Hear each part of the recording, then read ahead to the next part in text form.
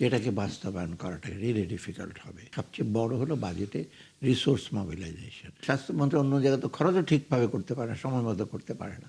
প্রজেক্টগুলো যদি আপনি সময় মতো অ্যাটলিস্ট 80-70% শেষ না করে আগের মতোই হবে। ডক্টর সালেউদ্দিন আহমেদ স্যার গত বছর এই সময়টায় আপনি অন্য একটা জায়গায় ছিলেন। আপনি আসলে চেয়ারের ওই পারে ছিলেন, টেবিলের ওই পারে ছিলেন। ঠিক ১ বছর পরে এসে আপনি নতুন একটা বাজেট মূল্যায়নের পর্যায়ে। যদি আমি অল্প কথায় বলি যে কেমন বাজেট হলো? আপনার সাথে একটু কম্পেয়ারও জানতে চাইব। আমি যেটা মনে করি যে বাজেটটা একটা পলিটিক্যাল গভর্নমেন্ট, ডেফিনেটলি এটা পলিটিক্যাল ম্যান্ডেট এবং এসে রিফ্লেক্ট করবে। অতএব এক্সপানশনের বড় বাজেট হবে, এটা আশা করা যায়। এটার ব্যাপারে আমার কোনো ইসে নাই। আর এটা আমি ওভারঅল মোটা দাগে এটা জনতুষ্টিমূলক বাজেট, পপুলিস্ট আমি বলবো বাজেট, এবং সবাইকে খুশি করার চেষ্টা করা হয়েছে। মোটামুটি সবাই আপাত দৃষ্টিতে সবাই খুশি।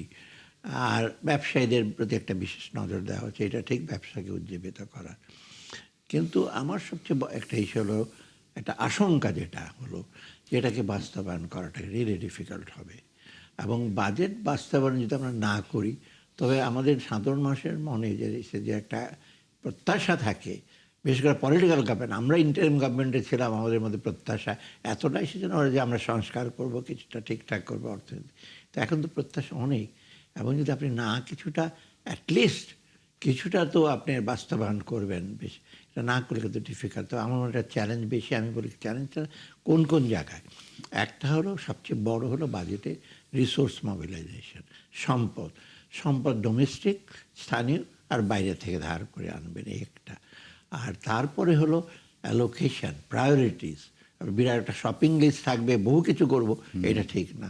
20টা আছে, 20টার মধ্যে কিন্তু অনেক কিছু আছে, কিন্তু সেই 20টা তো আমার মনে হয় না প্রায়োরিটি হিসেবে 20টাকে সব করা যাবে।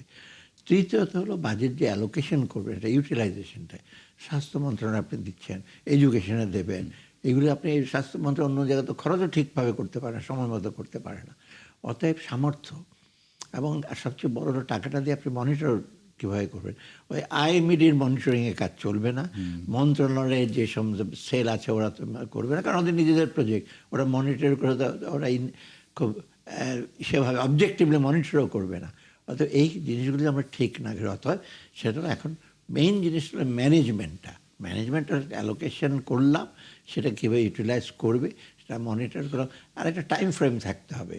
প্রজেক্ট 3 লক্ষ কোটি টাকা, এর মধ্যে প্রজেক্টগুলো যদি আপনি সময় মতো অ্যাটলিস্ট 80-70% যদি শেষ না করে আগের মতোই হবে। 2 বছরের প্রজেক্ট, 10 বছর, আমি ইভেন 15-20 বছরের প্রজেক্ট দেখতে আছে। তার মানে কি, আইদার এই প্রজেক্টগুলো ফেল্ড নিড না, কোনো কারণে না হয়েছে, রোদ নাই। অতএব আমার মনে হয় এই সমস্ত অ্যাভয়েড করতে হবে। এগুলো কিন্তু খুব কঠিন কাজ না। এই 10টা প্রায়োরিটির মধ্যে আমি দেখলাম স্বচ্ছতা, জবাবদিহিতা, প্রক্রিয়া, এটা আগেও অটোমেটিক্যালি আলোচিত আসবে। হয়েছে। এগুলির জন্য কিন্তু আলাদা আপনাকে একবার সে বসে থাকতে হবে যে স্বচ্ছতা করবে, এটা না। মেইন হলো সেক্টরাল জিনিসগুলো, কর্মসংস্থান, কৃষি, তারপরে আপনার টেকনোলজি, ব্যবসা। আর সবচেয়ে বড় জিনিস হলো বাংলাদেশের সাথে যে রেগুলেটরি রিজিম, মানে আমাদের অনেক অনেক কিছু করে, বেশিরভাগ কিছু খুব ফ্রেন্ডলি না।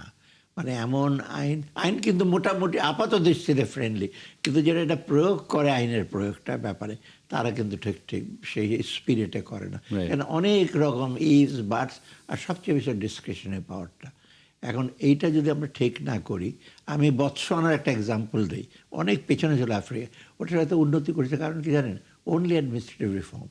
মানে দ্রুত প্রজেক্ট পাস করবে, দ্রুত পারমিশন দেবে, 10 ঘাটে বিজনেসম্যানকে যেতে হবে না, 15 ঘাটে। অর্থাৎ এইগুলি করা কিন্তু এখন সহজ, এই গভর্নমেন্টকে দিয়ে